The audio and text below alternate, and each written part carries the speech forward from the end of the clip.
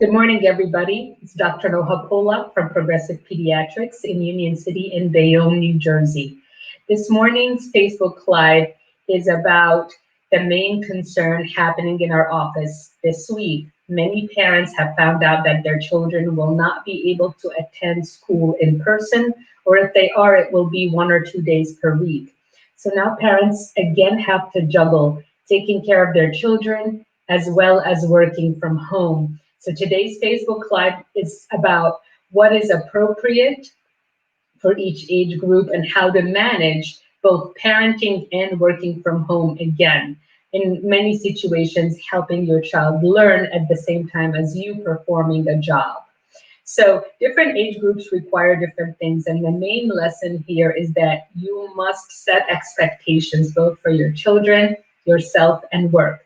Please communicate with your bosses, if you have a boss, that this needs to happen. So you will be parenting as well as working at the same time. And most of us, most bosses do understand that it is what it is. That's just what has to happen and what we have to do. So if you have an infant, the ideal situation is that you will be able to do your work while your infant is taking naps. However, if your child is awake and it's an infant and you're able to stand up and do work, it is ideal if you could carry the child either in a baby backpack or in a swaddler. So you can carry the baby on you. Babies love the way it feels, when you touch them and when they can touch you. So therefore, what you want to do is carry the baby, and the baby will also be looking around and interacting. If the baby falls asleep, though, you should put the baby down to sleep somewhere safely, like a crib or a bassinet, rather than carry them asleep all day. That is not recommended. And if the baby seems to need to play or interact, please take 15 minutes out of your day at a time, sit and play with them. And then once again, wear them if you can in order to help with that. That's really the best situation for infants, and understand that if you have an infant, they require so much attention that you can do work for 10 or 15 minutes at a time, but it's not like you're going to be able to work for many hours in a row unless the baby's actually asleep. If you have a toddler or a preschooler, I think that's the most challenging age to work from home at the same time as parent. One way to help with this situation, if you have a toddler or a preschooler, is to set up different stations with different things for the toddler to do. Understand that toddler's attention span is about 15 minutes max. So one station for play can, for example, have in blocks. Another one can have arts and craft. Another one can have dolls. Another one can have cars. And they can go from one area to another area. And when they get bored with one station, they go on to the next station. And you can direct them when you see them bored. Once they start to kind of misbehave or something like that, you say to them, here, play with this one instead, so that you have 4 or 5 different stations for them to go from one to the next for 10 to 15 minutes at a station can give you an hour of work to do. Also, toddlers and preschoolers, they usually play in parallel with others rather than, interact. So you can try to mirror that by you sitting next to your toddler and you doing your work and they're doing their play. And once in a while you say, oh, that's a nice thing that you just built or that you just drew, interacting, for a moment or two, but while concentrating on your work and they're concentrating on their craft that they're doing at the moment. So both parallel play and station setting up can be helpful for toddlers and preschoolers. Now, in terms of school-age children, this is when communication is key and routine is key. So please have a set routine, but that is a little bit flexible. So between this hour and this hour, we're going to have meals. Between this hour and this hour, we're going to do schoolwork. Between this hour and this hour, we're going to have outdoor activities. And then between this hour and this hour, we're going to have free playtime when you can do whatever you like to do. So set up a routine that is a daily routine within reason, right? It doesn't have to be exactly 9 a.m., but it can be between 9 and 10. This is what we're going to do. Have them help you set that kind of a schedule so that they can feel like they're invested also in the whole situation, that they had something to do with it. Again, different things that are important for them to get done every day. Besides meal time is rest time, physical activity or active time, free time to do whatever they want to do, and tell kids what is negotiable and what is not. If you absolutely have to attend a meeting at a specific hour, let them know between this hour and this hour, this is not negotiable. You cannot interrupt me. This is your time to be a big kid.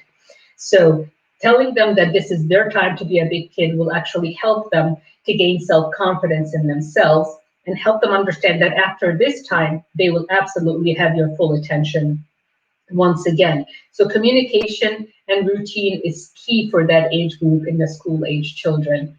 Now, teenagers and preteens are a whole different ball game, to be honest. You have to set limits for them. You have to have structure.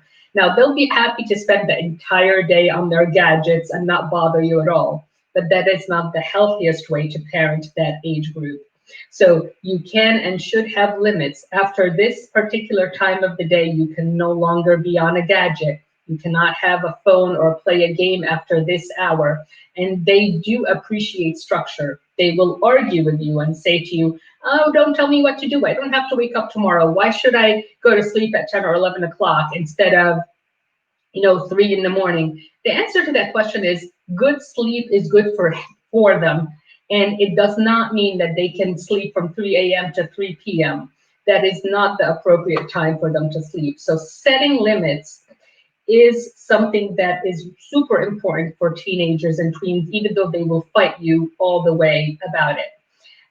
There should be a time for them to sleep. They should have some time for, social interaction, whether it's virtual or in person, and that's a decision each parent has to make on their own.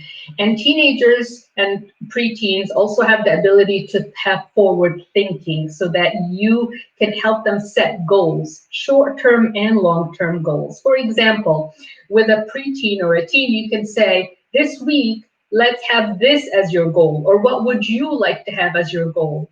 Let's set, you're gonna learn this particular thing this week, and then that's a short-term goal, and then have a long-term goal. By the end of the month, you will accomplish that. So setting goals and setting limits for teens and preteens is really important.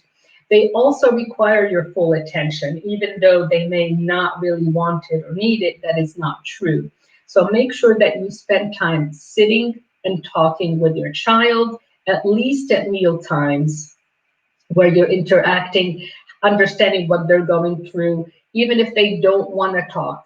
The fact that you're willing to listen, at some point they will understand that you're there for them and that you will help them and you will speak to them.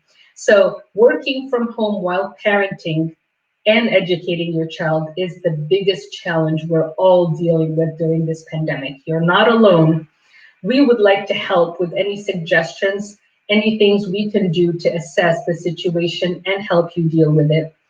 Don't forget, for every age group, please take a moment out of your day every day and be present for your child, where nothing else matters but them. You only listen to them, their needs, their desires, without having your phone or your computer with you. So giving them that full attention, even for a few minutes a day, will make a big difference in their lives and in yours. Good luck. I wish us all luck this fall. Have a great weekend.